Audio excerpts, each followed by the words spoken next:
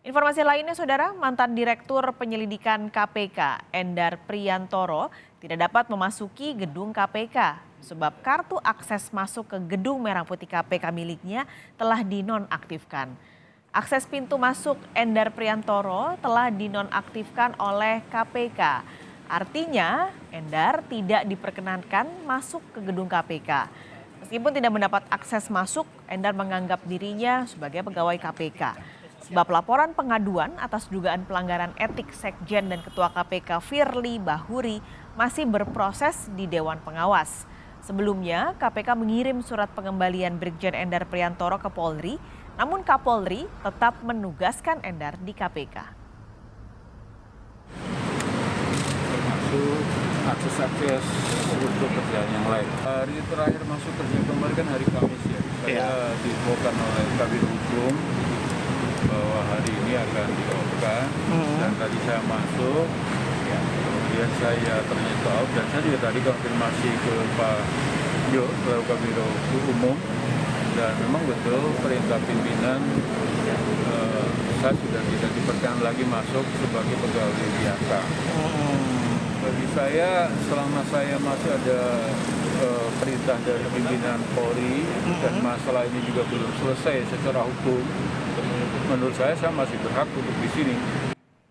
Sudah ada Gracia Adur yang memantau penyelesaian konflik mantan di Komisi Pemberantasan Korupsi Endar Priantoro oleh Dewan Pengawas KPK. Gracia, soal kasus atau permasalahan Endar ini, kapan Dewan Pengawas akan memberi hasil kajian? Apakah prosesnya sama seperti yang diduga melanggar etik, yakni dengan sidang, Gracia? Baik Paskalis dan juga saudara, kami sampai saat ini sudah berusaha mengkontak Dewan Pengawas KPK yaitu Albertina Hall, kemudian juga juru bicara KPK Ali Fikri.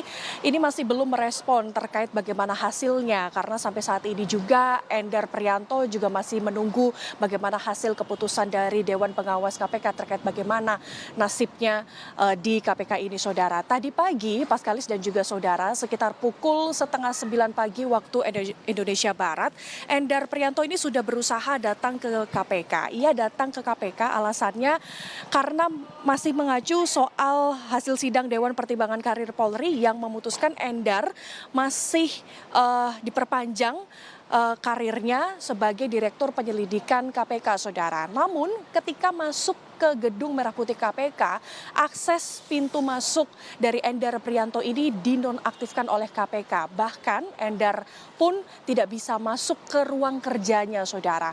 Berkaitan dengan hal ini, langkah selanjutnya kemudian Endar ini mengkontak Kabid Hukum dan juga Kabid Umum Layanan di KPK terkait aksesnya yang tidak bisa masuk dan mengatakan bahwa ternyata akses pintu masuk dari Endar ini sudah dinonaktifkan sejak hari Minggu tanggal 9 April 2023. Tentu berkaitan dengan hal ini, saudara, Endar kemudian melaporkan hal ini kepada pimpinan Polri, saudara.